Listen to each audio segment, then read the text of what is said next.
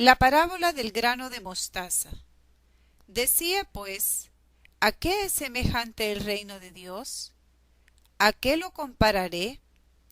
Es semejante a un grano de mostaza que tomó un hombre y lo puso en su jardín, y creció hasta hacerse árbol, y las aves del cielo anidaron en sus ramas. Lucas 13, 18, 19. El dinamismo de las parábolas consiste en subvertir los mitos tergiversados en los que la gente vive su vida, a fin de entender lo que queremos decir con vivir un mito. Pensemos simplemente en dos mitos contemporáneos. Por ejemplo, el mito del chico americano 100%. Es el joven que siempre saca sobresalientes en el colegio y en la universidad llega a la cima de la escala profesional y quizá pasa a ser el director de una multinacional. O el sueño americano, 2 coches en cada garaje, vacaciones en Florida, casas en España, etc. Es un nivel más serio del sueño americano. Ha sido una visión de la invencibilidad de Estados Unidos, de su derecho absoluto a los ojos de Dios. Con frecuencia, un mito es lo que mantiene unida la vida de la gente. Es un intento de resolver las tensiones de la vida cotidiana, prometiendo un futuro idealizado en el que uno será liberado de todos los problemas de la vida ordinaria. Cuando un mito comienza a vacilar, es posible que los grandes líderes intenten encontrar formas de recobrar la gloria de los días de antaño, como los esfuerzos de John F. Kennedy por reavivar el sueño americano enviando un hombre a la luna. Los astronautas norteamericanos llegaron a la luna, pero mientras tanto, la guerra de Vietnam destruyó el prestigio de la invencibilidad de América y con ello el sueño americano. Los israelitas del tiempo de Jesús sentían con particular apremio la tensión entre la realidad cotidiana y una visión mítica de Israel como el pueblo elegido por Dios. Después del apogeo del poder y el prestigio nacionales durante los reinos de David y Salomón, Israel estuvo en continua decadencia durante varios siglos y vio su reino conquistado y dividido en varias ocasiones. Si uno vive en territorios ocupados, como los israelitas en tiempos de Jesús, se plantea naturalmente la cuestión: ¿es esta horrible opresión de los romanos un castigo de Dios o nuestro sufrimiento es simplemente parte de la condición humana? En el mito particular en que vivía el pueblo de Israel del siglo I, el reino de Dios tenía connotaciones específicas de poder, triunfo, santidad y bondad. Cuando el reino llegara, introduciría una nueva era gloriosa de paz universal y el pueblo elegido por Dios estaría a la cabeza de las naciones. El símbolo cultural de este mito era el gran cedro del Líbano. Los cedros del Líbano eran comparables a los enormes secuoyas de California. Crecían hasta una altura de 60 a 90 metros o más. Aves de todas las especies podían gozar de su sombra. Esta imagen estaba profundamente incrustada en el condicionamiento cultural del pueblo judío. El reino de Dios como nación sería la mayor de todas las naciones, de la misma manera que el gran cedro del Líbano era el mayor de todos los árboles. En cambio, Jesús propone esta parábola. ¿A qué es semejante realmente el reino de Dios? Es semejante a un grano de mostaza, proverbialmente la menor y más insignificante de todas las semillas. que tomó un hombre y lo puso en su jardín. Para un oyente despierto del tiempo de Jesús, el detalle acerca del jardín sería una advertencia. En la visión judía del mundo se identificaba el orden con la santidad y el desorden con la impureza. Por eso había reglas muy estrictas sobre qué se podía plantar en un jardín doméstico. La ley rabínica establecía que no se podían mezclar ciertas plantas en el mismo jardín. Estaba prohibido plantar una semilla de mostaza en un jardín doméstico porque se extendía rápidamente y tendía a invadir el espacio de los vegetales.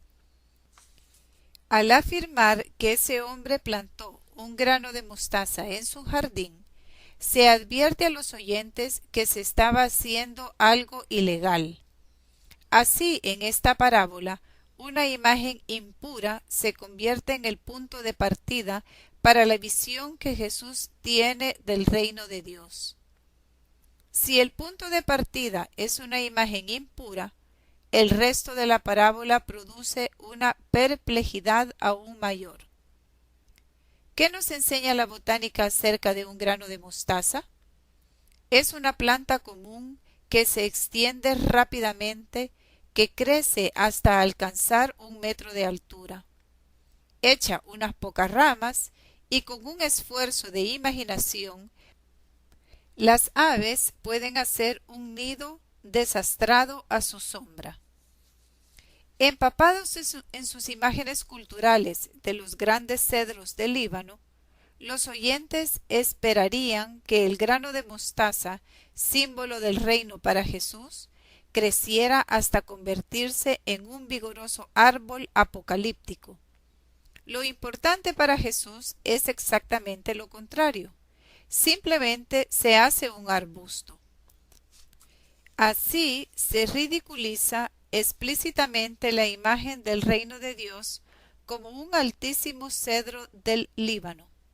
Según Jesús, el reino de Dios es como un grano de mostaza que un hombre plantó ilegalmente en su jardín. Se hizo un arbusto y unas pocas aves anidaron en sus ramas modestas. Eso es todo. La parábola subvierte todas las grandiosas ideas sobre aquello a lo que sería semejante el reino cuando llegara finalmente. Una de las esperanzas que los israelitas mantuvieron con más firmeza fue que el reino de Dios manifestaría el triunfo final de Dios en la historia. Su llegada, anunciada por el Mesías tanto tiempo esperado, liberaría a Israel de su sometimiento miserable al imperio romano. Era un reino futuro, no de aquí y ahora. La parábola de Jesús implica que si aceptamos al Dios de la vida cotidiana, podemos encontrar a Dios en la vida cotidiana. No tenemos que esperar una liberación apocalíptica. No tenemos que esperar una liberación grandiosa. El reino está disponible ya ahora. Las parábolas, según Scott, son indicios del misterio del reino, indicadores que sugieren lo que es y lo que no es. No podemos comprender totalmente el reino porque es un misterio que supera toda posibilidad de contenerlo en un concepto. Al dar vueltas a la sabiduría de los dichos de Jesús, con los ojos de la mente y con la ayuda de las parábolas, al menos podemos tener un vislumbre de él. Una parábola apunta a algo que solo llegamos a conocer gradualmente a medida que asimilamos las enseñanzas de Jesús. En esta parábola, él da a entender que Dios no va a intervenir necesariamente en este mundo para que triunfen los justos. Es posible que no intervenga de una manera apocalíptica para librar a Israel o producir la justicia y la paz. Estas nos las ha confiado a nosotros. No hemos de esperar que una intervención apocalíptica haga esta tarea. Si llevamos una vida santa, esto es, opuesta a la meramente respetable, es probable que perdamos a muchos de nuestros amigos y familiares.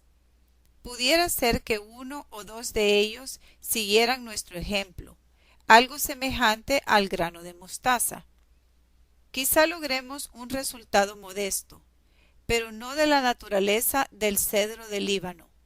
Lo más probable es que obtengamos un arbusto apenas visible, como otros muchos que pululan por todas partes y son muy variados. El grano de mostaza es justamente un paso adelante para llegar a ser una mala hierba ordinaria. ¿Cómo tenemos que entender este uso deliberado que Jesús hace de lo impuro y lo insignificante como imágenes de su reino? Sugiere que las mayores obras de Dios no se hacen en un nivel grandioso, no en catedrales, edificios enormes o grandes mausoleos. Las catedrales se pueden convertir en museos en lugar de ser fuentes de inspiración para la comunidad cristiana.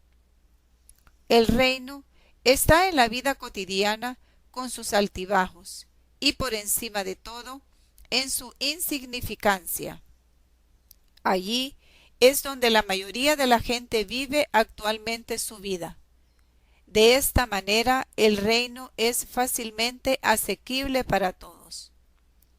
La parábola afirma que la gracia es como un grano de mostaza sembrado en nosotros, la más pequeña de todas las semillas. Crece, pero no hará de nosotros un cedro del Líbano. Haremos bien si llegamos a ser un arbusto modesto. Para las gentes del tiempo de Jesús era tan difícil superar su idea del reino de Dios como una institución triunfante que incluso los evangelistas trataron de transformarlo en algo grande. En otras palabras, el mito se apoderó de nuevo de la parábola. Jesús pronunció la parábola para cambiar la idea que los oyentes tenían del reino. Pero lo que sucedió fue que la antigua mentalidad comenzó a interpretar la parábola de una forma que era coherente con sus expectativas míticas anteriores. Hay 4 versiones de esta parábola en los evangelios, 3 en los sinópticos y una en el Evangelio de Tomás, un documento recuperado hace unos 50 años en la colección gnóstica de Nag Hammadi, que a juicio de muchos exégetas, en algunos lugares está más cerca de la tradición oral original. Según Lucas y Mateo, contrariamente al buen sentido botánico, el grano de mostaza se convierte en un árbol. En Marcos llega a ser el más grande de los arbustos. En Tomás se convierte en una gran rama que puede dar cobijo bajo su sombra a multitud de aves. Todas estas expectativas son contrarias a los hechos. Un grano de mostaza no se hace un árbol, ni el mayor de los arbustos, ni echa una gran rama, por mucho que uno lo desee. Es evidente que las antiguas expectativas de grandeza influyeron en la tradición oral, a medida que el pueblo fue retomando sigilosa y gradualmente a su mentalidad anterior. Perdieron el dinamismo radical y la increíble libertad a la que la parábola los llamaba. En nuestra realidad actual también es una amenaza para nuestras ideas preconcebidas y sistemas de creencia míticos, y por eso hay una fuerte tendencia a resistirse a su vigoroso realismo.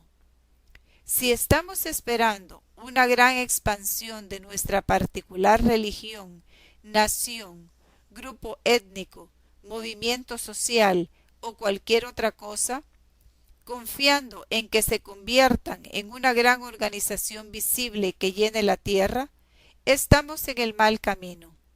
Esta no es la idea que Dios tiene del éxito. ¿Dónde se realizan las obras más poderosas del reino? En nuestras actitudes y por tanto en secreto. Donde hay caridad, allí está Dios. Las oportunidades de trabajar por los sin techo, los hambrientos, los ancianos, están todas ellas ya a disposición. Es posible que nadie note nuestras buenas obras, incluidos nosotros mismos.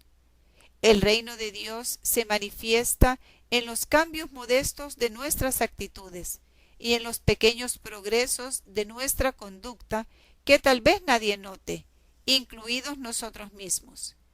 Estas son las obras poderosas de Dios y no los grandes logros externos. ¿A qué compararé el reino de Dios?, preguntaba Jesús. El reino se manifiesta en la vida ordinaria de cada día y en cómo la vivimos. ¿Podemos aceptar al Dios de la vida cotidiana? Sí podemos. Entonces podremos gozar del reino aquí y ahora, sin tener que esperar un apocalipsis o a alguien que nos libre de nuestras dificultades.